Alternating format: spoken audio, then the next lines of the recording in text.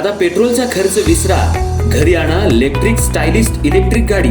100% भारतीय बनावटीची electrics EV electric गाडी आता उपलब्ध. 5 वर्षांची वॉरंटी, आकर्षक कलर्स आणि स्पोर्ट्स डिझाईन. एकदा चार्ज करा आणि 100 ते 140 किलोमीटर पर्यंत रेंज. अत्याधुनिक सर्व्हिस सुविधा, लोन सुविधा सुद्धा उपलब्ध. आजच भेट द्या साई मोटर्स, किसान चौक, इचलकरंजी. संपर्क 93 73 27 57 52 किंवा 0230 299 77 66. नो पेट्रोल नो टेन्शन, इलेक्ट्रिकचा स्मार्ट पर्याय.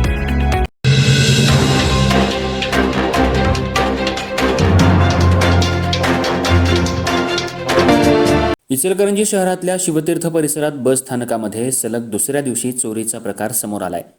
प्रवाशांच्या सुरक्षेचा प्रश्न यामुळे ऐरणीवर आलाय.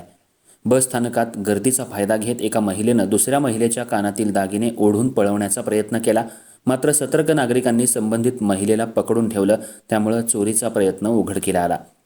मिळालेल्या माहितीनुसार बसमध्ये चढत असताना गर्दीचा फायदा घेत संबंधित महिलेनं दुसऱ्या महिलेच्या कानातील दागिने ओढले.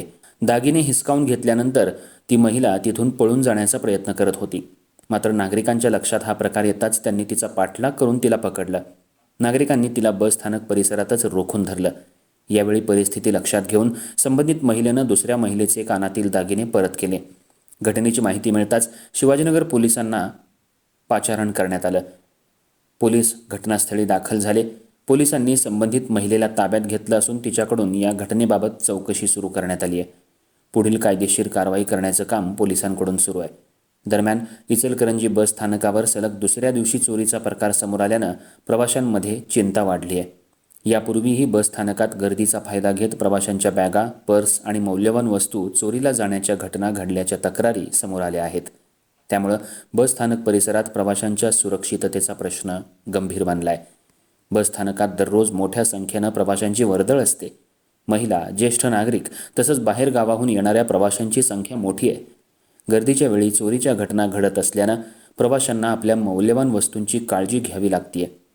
चोरीच्या घटना रोखण्यासाठी बस स्थानक परिसरात पोलिसांची नियमित गस्त वाढवण्याची मागणी सुद्धा नागरिकांकडून होत आहे.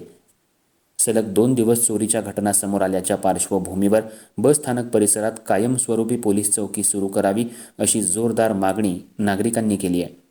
पोलीस चौकी सुरू झाल्यास तक्रारदारांना तातडीनं मदत मिळण्याबरोबरच चोरीच्या घटनांवर सुद्धा नियंत्रण ठेवायला मदत होईल अशी अपेक्षा नागरिकांनी व्यक्त केली आहे. बस स्थानक परिसरातील CCTV यंत्रणा कार्यरत आहे का याची तपासणी करून आवश्यक ठिकाणी अतिरिक्त कॅमेरे बसवावेत. तसंच गर्दीच्या वेळी पोलिसांची उपस्थिती वाढवावी अशीही मागणी होतीये. बस स्थानकावर सुरक्षा कधी वाढणार?